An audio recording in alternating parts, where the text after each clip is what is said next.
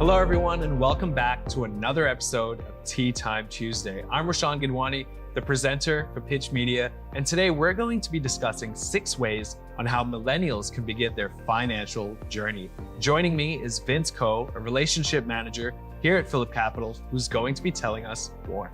Hi, Rashan. Nice to see you again. Yeah. Thanks for having me on the show and the kind words. Yeah. Yeah. So you're probably wondering what is a millennial, right? It's a term that's being used quite often. Yeah.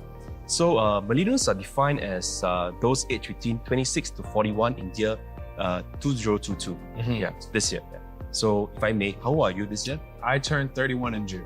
Right. So you are within age range. You are millennial. Fantastic. How am I?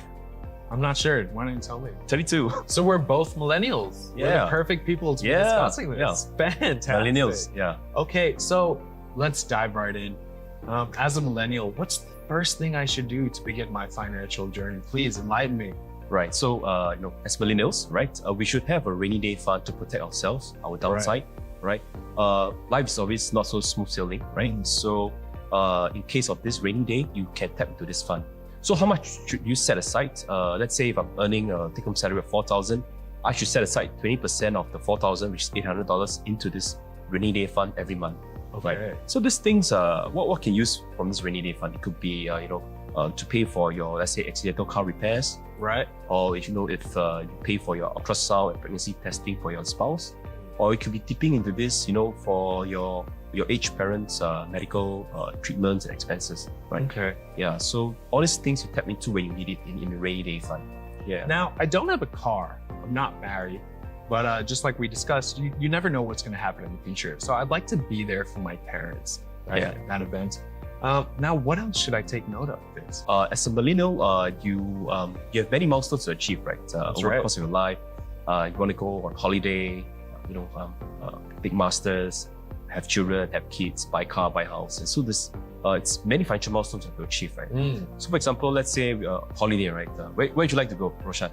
Now, let's say to go on holiday. Miami.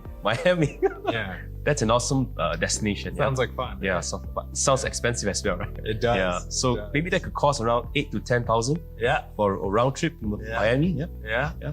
On the beach. Yeah. So I want to take masters in 2 years' time. In economics, so that costs around 30 to 40K. Okay. Right. Down the road, if I have a house and children, that could cost around 300,000 to prepare for them, right? So if we have so many milestones to achieve, it is easier if you were to invest your money and grow it rather than just saving your portion of income every month. I see. Yeah. So we have to invest to make the journey easier. Okay, so plan for a holiday, that kind of thing.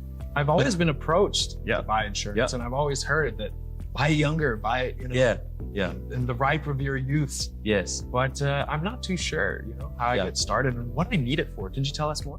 Insurance is the umbrella that protects you in the rainy day, right? When things are going bad, it will protect you. Okay. So for example, as a millennial, generally we are in the thing of health. Yeah. Right. And we do not have much medical conditions as we are older.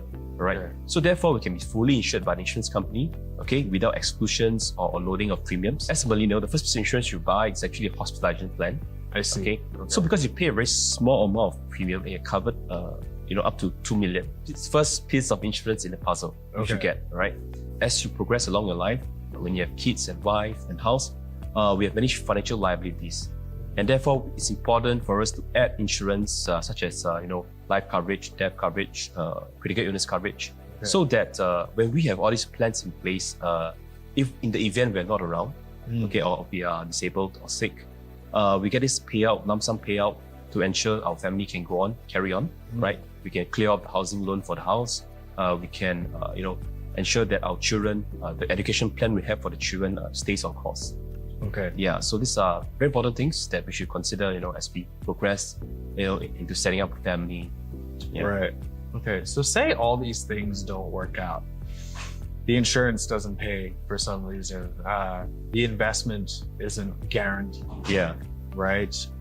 The rainy day fund, it was too rainy. It's all gone. Okay. Right? All the money's gone. Yeah.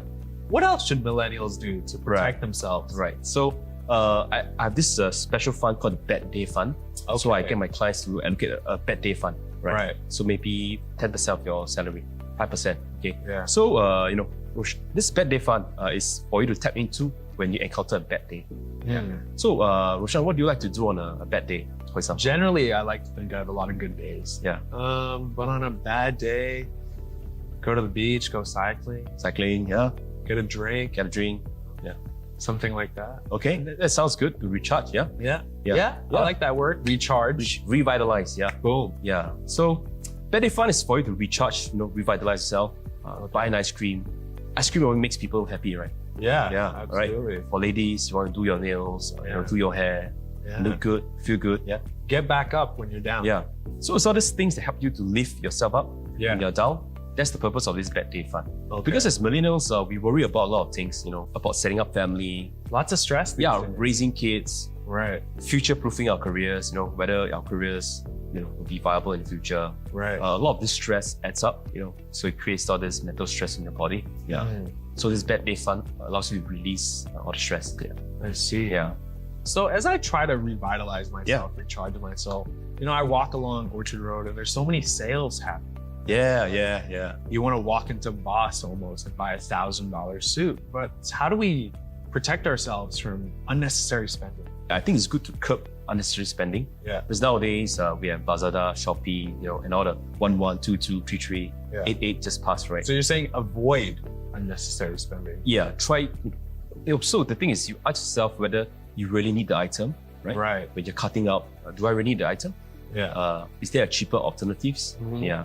An LV wallet and a normal wallet, both the purpose is to carry money and cards in the wallet, right? Right. Yeah. So So you're saying stick to the purpose, not Yes. the pleasure. yeah. Granted, okay, LV wallet gives you a sense of pride and Yeah, but satisfaction. it's fleeting. Choice is up to you, but Right. always ask yourself, do I really need the item? Right. So that will save you a lot of unnecessary spending. stress Yeah. as well. And you save more money, you can use it for other purposes. Okay. You can go to Miami. Yeah, save So- it for Miami. Yeah. That's so good. Okay. Yeah. So I think we've pretty much covered most things. Do you have Yeah. any final words of advice, Vince? Yes. So I think one last advice I'd like to share is that compounding returns. Is the I've heard a eighth- lot about this. Yeah. So it's the eighth wonder of the world. I It's the see, secret. yes. Compounding returns is it's a slow, a patient wait, for you to Yeah. grow your nest egg over many years, right? So for example, you invested 10,000 in year zero at a return of about 5% per annum. This amount will snowball into about 26,000 thereabouts in year 12. Fantastic. Yeah. So Okay. you need time and patience. Yeah. And as millennials, we have a longer investment horizon as compared to previous generations. Correct. So we can ride out more market volatility and cycle, right? Okay. So the key is to be patient and to have conviction in your investment portfolio.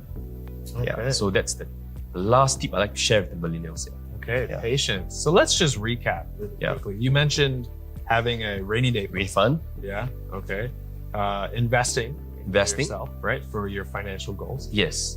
Protecting yourself. So Yes. get insurance. Get a bad day fund. Yeah. Unnecessary spending. Unnecessary spending, yes. Yeah. Compounding, interest. yeah. Which That's we the have to secret. discuss after this. Yes, yes, I'm yes. gonna- Let me show you the secret. Okay. Yeah. Let's go. Thank Awesome. you so much, Vince. Right. Cheers. To millennials.